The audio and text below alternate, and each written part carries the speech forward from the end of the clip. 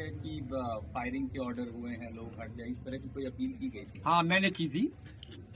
वो ये था कि मैं मौके पर उस टाइम गया था, मुझसे डीएम साहब ने कहा था, एसपी साहब ने कहा था कि आप मौके पर जाएं और भीड़ को आप सेटिस्फाई करें। मैं गया था, तब मेरे सामने डीआईजी महोदय, एसपी और डीएम आपस में ये डिस्कशन कर रहे थे कि तुरंत गोली चलाने का ऑर्डर लिया जाए। कौन कर रहे थे? एसपी साहब थे, डीएम साहब थे और डीआईजी साहब थे। मैं उस टाइम वहां मौजूद था। तब मैंने ये सोचा कि अब गोली चलने ही वाली है। मैंने पब्लिक से अपील की, बहुत ज्यादा अपील की, वहां पहुंचकर भी अपील की, लेकिन 75% लोग वापस चले गए। कुछ लोग यही सोचते रहे कि खुदाई अभी भी जारी है, ये खुदाई क्यों हो रही है।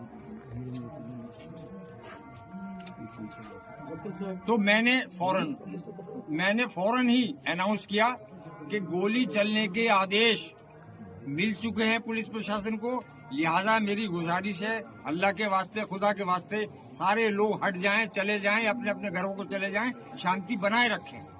उसके बावजूद भी कुछ लोग वहां ये जानने के लिए रहे कि क्या वाकई में जामा मस्जिद की खुदाई हो रही, और किसी लिए नहीं, इसलिए। लेकिन खुदाई की अफवाह किसने फैलाई? जी, खुदाई की अफवाह किसने फैलाई? खुदाई की अफवाह इसलिए फैली कि वो पानी जब चारों तरफ चला तो पब्लिक में ये अफवाह हो गई, ये भ्रम हो गया, ये हो गया कि खुदाई चल रही है इसलिए ये पानी आ रहा, क्योंकि वो पानी आने का कोई टाइप था नहीं। अंदर से लगातार अनाउंसमेंट भी हो रही है और उसके बाद भी अफवाह फैल रही है, तो ये तो कहीं ना कहीं आप लोगों की कमियां रही ना?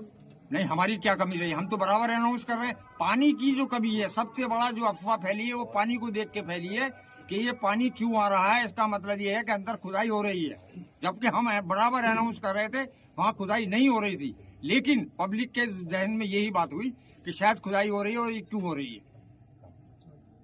जैसे पुलिस का तो ये मानना है कि गोली जो है पुलिस ने नहीं, पब्लिक में ही चली है। ये कहना बिल्कुल गलत है पुलिस का, ये कहना बिल्कुल गलत है। पुलिस गोली हमारे सामने चला रही थी, मैं मौके पे मौजूद था।